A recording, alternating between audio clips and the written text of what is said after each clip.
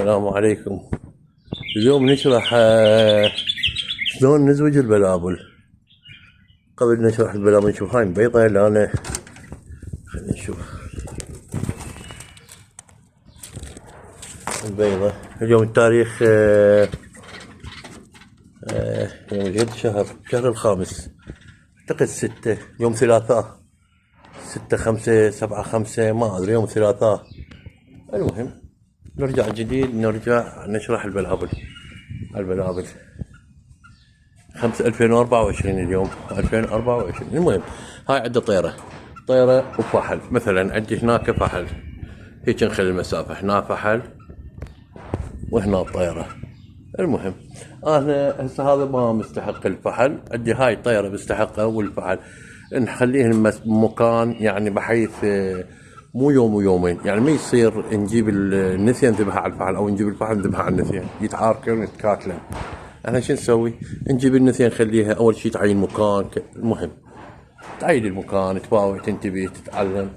والفحل كذلك، وخليهن واحد قبال الاخ، يعني شلون هيك قلنا المسافة قبال وفترة، يعني مو شرط شهر شهرين حسب الكفاءة مالتن والزواب.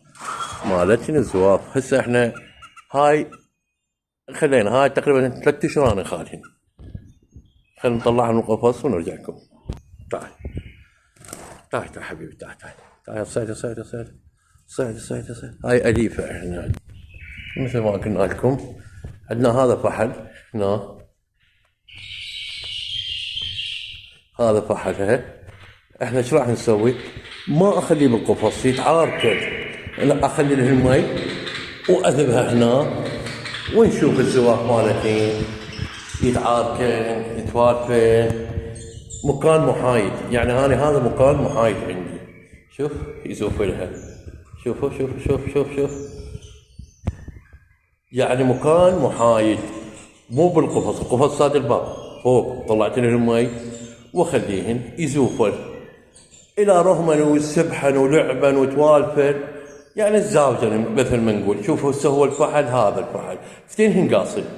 بس تقول ليش قاصل؟ هذا الفحل بري، بس بري مو هسه، صار له 2 سنين عندي، يعني هاي السنة الثانية العفو، يعني بعد سنة ويعني حالة عليه سنة، هاي السنة الثانية. وهاي المكحلة هاي نثية أليفة، هاي كانت تطلع عندي بس قصيتها لأن موسم البنكات أخاف عليهن بالبنكات. هاي أني وغلط تقصوهن، الطير يضعف ويموت. لأن بس أني لا، شوف الفحل زايف يريدها بس الطيرة ما تريده. شوف واحنا لا تريد الفحل يريدها سهلة بسرعة تزاوج. يعني هو الفحل أهم شيء اختيار الفحل مو النثيان. زين نوفر المكان، مي، يسبحن، يتلاعبن، أكل، نوفر راح نجيب لهن أكل ونجي جبنا لهن أكل. تمن ما بيدهن، يعني نقول ما مفرقع، يعني دهن ما بي، يعني ما مفرقعين بدهن. تمن أنا نطيهم معلمهن على تمن على بليت، لأن أنا القفص صاده.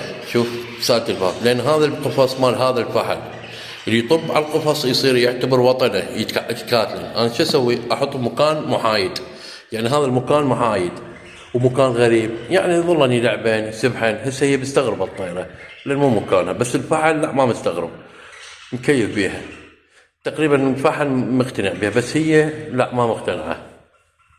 زين نرجع نشرح عليهن شوية. الطيرة مثل ما قلنا لكم نخليهن المسافة أبو قسم يخلوهن نفس اليوم يزوجن، لأن نيت زايفات صعدي. هاي أليفة والفحل مو أليف، الفحل عندي مو أليف. يلا نبدأ. مثل ما قلنا لكم نخليهن واحد قبال الاخ. ورا فترة انا شنو بالبداية اول اسبوع اول 10 ايام واحد قبال الاخ، بعدين وراها مو شرط تخليه قبالك بس يسمع صوتها. اول شيء بالعكس الفحل من خليه غريب ماكو احد يمه يقوم يغرد تغريدات يعطيك طوار وهي تسمع هي هم الصيحة. هسه هي ما طالبة الفحل، هو طالب منه طيرة طالبة. المهم يظل يغرد ام تسمع من تغريداته حلوة وهم تسمع ورا فتره. هسه انا مثلا فرضا ما اقتنع انا اخليه راح يلعبن، لان انا حاط مكان محايد ما راح يتعاركن كتل خلاص، اخليه من للعصر وخليه، ولقيت الرهمات ما رهمات شو اسوي؟ ارجع كل واحد المكان، وهم ورا فتره هم ارجعها جديد. بس انا الفحل مالتي طالب، انا ايش راح اسوي هسه؟ اذا ما رهمن راح الفحل والطير اخليه القفص بصف قفص، بس وين؟ بمكاناتهن بمكاناتهن يعني بالسطيح بمكان فاعي.